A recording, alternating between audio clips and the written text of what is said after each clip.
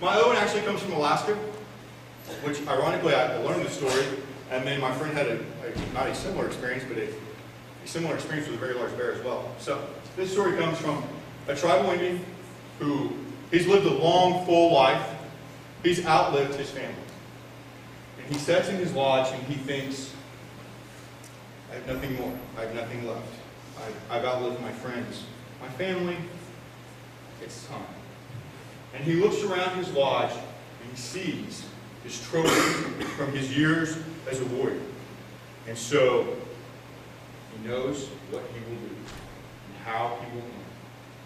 And so he goes down to the river and he sees these massive claws the size of spears, hides bigger than buffalo, bears fishing in the river. And he takes a deep breath, prepares himself, and he walks down. And the biggest of bear he's ever seen sees him approaching. And he turns on him and he walks up and sniffles, and the steam whips around his face and he blows his hair. And two other large bears flank him. And the Indian looks at them and prepares himself and then goes, I'd like to invite you to dinner. And the larger bear snorts.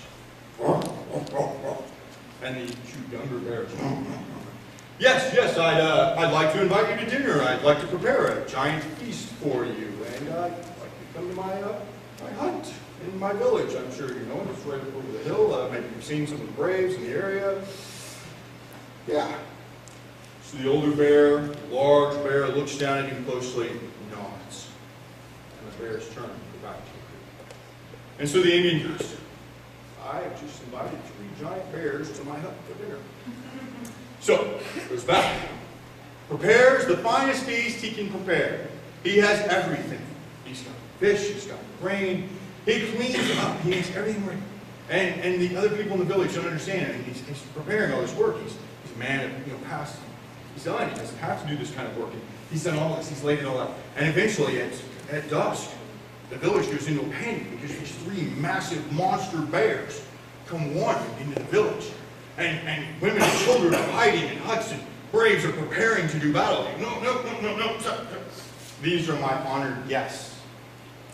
And so he invites them into his hut, and he feeds them, and he serves them, and he tells them wonderful stories of his youth, and he shares with them about his life and his family and his children. And then when he finishes, he offers to hear the bear stories. The bears grunt and growl as they eat, and they seem enamored, and they tell wondrous things. And so they leave, and they had a wonderful feast, and the older bear looks at him as he leaves, and that night the Indian goes to bed, and he feels very content, and he does not feel the same way he felt that morning when he got up. And as he drifts off to sleep, he dreams of the big grandfather bear. And the big grandfather bear comes to him and says, your people have hunted me. I have warred with your people. But one act, and together we will not be alone. We will go through the rest of our life together. What's the moral of the story? One act of kindness can change someone's perception of you. He invited the bear to dinner and said, waging war with him. 7th grade boys will be enamored if you tell the story right. I have tons of other stories. Feel free to get with me this during conference. I'll give you my email. I'm glad to share with you. Good job.